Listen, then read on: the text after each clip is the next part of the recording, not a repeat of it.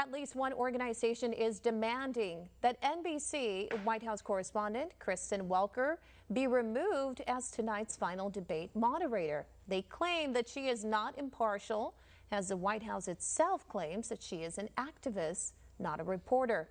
One America's Richard Pollock explains from Washington.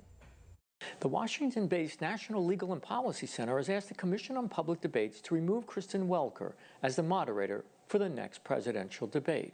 As it turns out, the Commission's entire set of deliberations is cloaked in secrecy. Paul Kamenar, General Counsel of the Center, explained the lack of openness and transparency in their decision-making for the moderators. When they go about choosing the moderator, they do that in secret.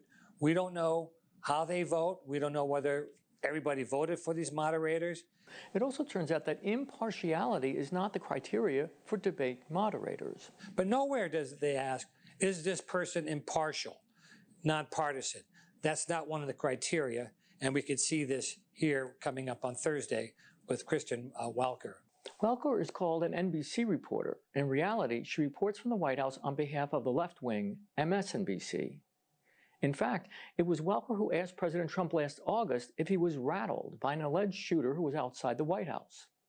Here is the president as he calmly returns following the incident. There was a shooting outside of the White House and seems to be very well under control. I'd like to thank the Secret Service for doing their always quick and very effective work. Then Welker pointedly asked the president, was he rattled? They'll have a full report. Secret Service, in a little while, will have a full report. Are you rattled by this at all, Mr. President? I don't know. Do I seem rattled? It's unfortunate that this is a world, but the world's always been a dangerous place. But the story gets worse. Later, she falsely reported that, of course, the president was rattled. Kamanar's center asked NBC and the White House Correspondents Association to correct the record or to discipline her. Both declined to act. She made that up. President Trump didn't make that to say that. So she's trying to make the president look rattled, and he clearly wasn't rattled. So you could see that she has this bias in terms of making the president look bad. Welker herself has donated $7,300 to the Democratic National Committee, $2,100 to Hillary Clinton's campaign, and $3,300 in 2020 to Joe Biden, according to news reports. She also was one of the moderators of a November 2019 MSNBC Washington Post Democratic primary presidential debate. Kamenar says the litmus test will be if Welker asks any hard questions about the corruption charges now circling around Hunter Biden and his father.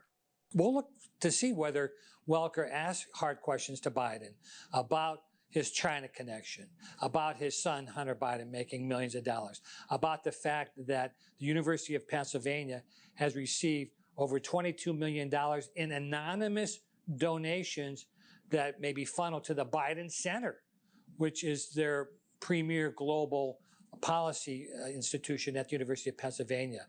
For One America News, this is Richard Pollock from Washington.